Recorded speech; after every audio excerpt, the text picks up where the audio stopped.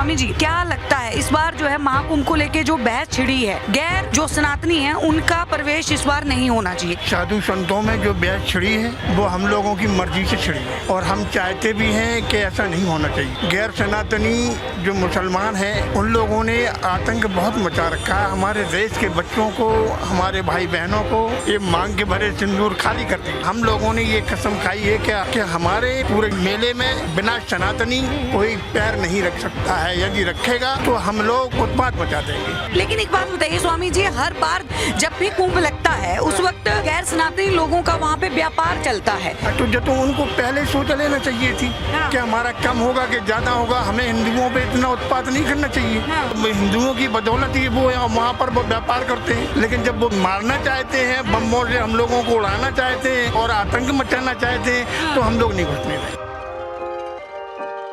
नमस्कार दोस्तों, एक बार फिर से आप लोग जुड़ चुके हैं देशवाणी चैनल के ऊपर और आपको बता दें कि महाकुंभ का आयोजन होने जा रहा है, लेकिन उसी के बीच में फिर से एक बार बहस जो है वो छिड़ चुकी है, क्योंकि कहीं ना कहीं पूरे साधु संतों ने और नागा साधुओं ने इस चीज़ की अपील की थी कि इस बार महाकुंभ में जो गैर सनातनी लोग हैं उनका प्रवेश वर्जित किया जाए। लेकिन इसके बीच में अगर बात करें महामंडलेश्वर शंकराचार्य, उन्होंने भी आपत्ति जताई है, और लेकिन जो गैर सनातनी लोग हैं वो यहाँ पे अपना जो काम करना चाहते हैं उसको लेकर वो इसमें नाराज़गी जता रहे हैं। हमारे साथ में नागा स्वामी जी हैं, उनसे बात कर लेते हैं। स्वामी जी, क्या लगता है इस बार जो है महाकुंभ को लेके जो बहस छिड़ी है कि गैर जो सनातनी हैं उनका प्रवेश इस बार नहीं होना चाहिए, क्या लगता है? देखो, जो हम लोगों में साधु संतों में जो बहस छिड़ी है वो हम लोगों की मर्जी से छिड़ी है और हम चाहते भी हैं कि ऐसा नहीं होना चाहिए। गैर सनातनी जो मुसलमान हैं उन लोगों ने आतंक बहुत मचा रखा है। हमारे देश के बच्चों को, हमारे भाई बहनों को क्या समझना, ये मांग के भरे सिंदूर खाली कर दी।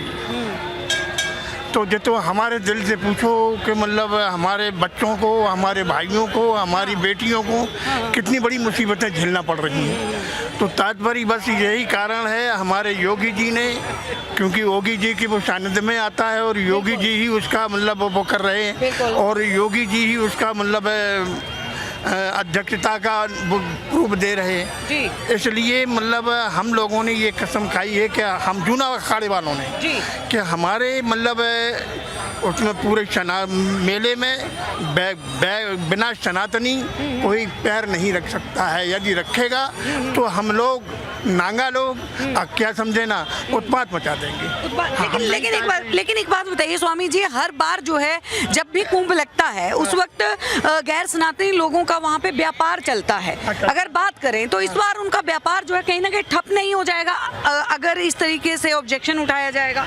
तो उनको पहले सोच लेना चाहिए थी कि हमारा कम होगा कि ज्यादा होगा। हमें हिंदुओं पे इतना उत्पात नहीं करना चाहिए, क्योंकि हिंदुओं की बदौलत ही वो वहाँ पर वो व्यापार करते हैं। हम और संतों की बदौलत ही वो व्यापार करते हैं। लेकिन जब वो व्यापार मारना चाहते हैं, बम्बों से हम लोगों को उड़ाना चाहते हैं, क्या समझे ना, और आतंक मचाना चाहते हैं तो हम लोग नहीं घुसने देंगे। अच्छा, इस चीज को जो है वो मक्का मदीना से लेके भी जोड़ा जा रहा है कि मक्का मदीना में जिस तरीके से कोई भी हिंदू जो है 40 किलोमीटर पहले ही उनको रोक दिया जाता है जो इस्लामिक नहीं होता है।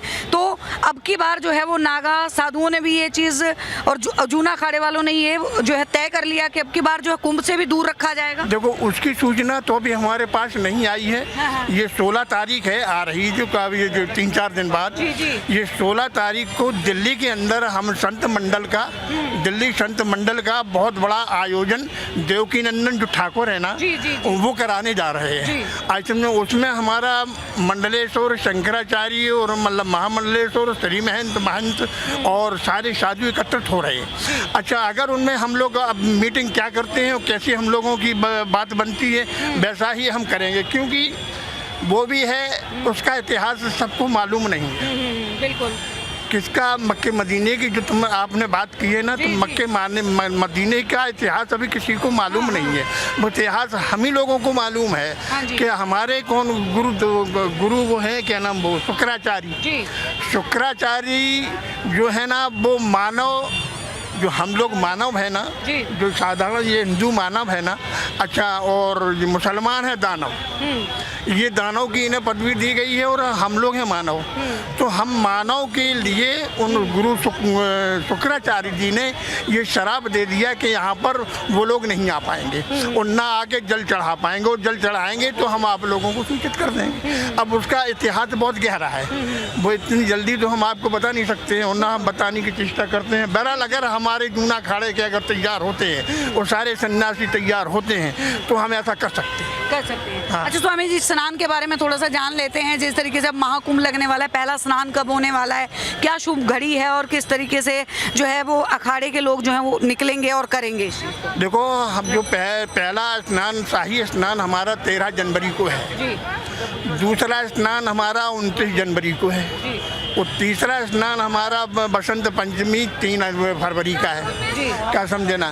तो तात्पर्य हमारा ये मौनी अमावस्या पड़ रही है 29 तारीख की, 29 जनवरी की, तो ये दूसरा स्नान पड़ रहा। अब स्नान की आपने बात पूछी है, तो स्नान की हम बाकायदा शाही स्नान करेंगे और नागा लोग नागाओं में जाएंगे और इज्जत से जाएंगे, कोई हमारा उपद्रव नहीं होगा, कोई हमारा दंडफंद नहीं होगा। यदि अगर मान लो हमारे ऊपर अगर इन गैर सनातनियों ने उपद्रव किया तो महाराज जी इनको रहना अब हम लोग मुश्किल कर देंगे। चेतावनी है कि हम रहना मुश्किल कर देंगे। ये हम साधुओं की चेतावनी हो चुकी है। अच्छा, और हम लोग अब एकजुट होने, हिंदू समाज एकजुट होने जा रहा है और होके रहेगा। हाँ। स्वामी जी, मतलब कहीं ना कहीं पूरे यूपी में जो है वो एक नारा चल रहा है कि बटेंगे तो कटोगे। ये हमारा योगियों का ही है नारा। हमारा योगियों का ही है। हमारे वो आदित्यनाथ जी है ना, उन्होंने ये नारा दिया है और नारा दिया है तो ये बात सही है कि हमारा हिंदू है, हिंदुस्तान है। तो हिंदुस्तान में हमारे सब हिंदू भाई हैं, कोई सिख ईसाई मुसलमान सब भाई भाई हैं। अगर हम बटेंगे तो महाराज जी कटेंगे, ये बात सही। उससे एक होंगे तो सुरक्षित रहेंगे। बिल्कुल। और सुरक्षित रहना है तो हम उन लोगों से हाथ जोड़ के उन्हें दिल से लगा करके सुरक्षित रखेंगे।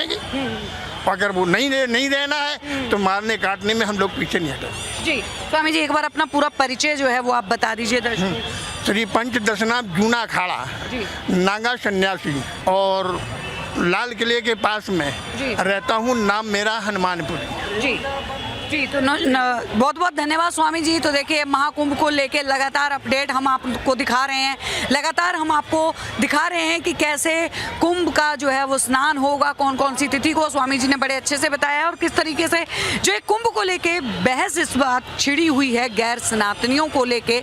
इसके बारे में आप क्या सोचते हैं? क्या वाकई में ही अखाड़े के लोगों ने जो ये कदम उठाया है, जो सरकार से मांग की है, वो कहाँ तक सही है? हमें जरूर बताइएगा। बने रहिए हमारे साथ।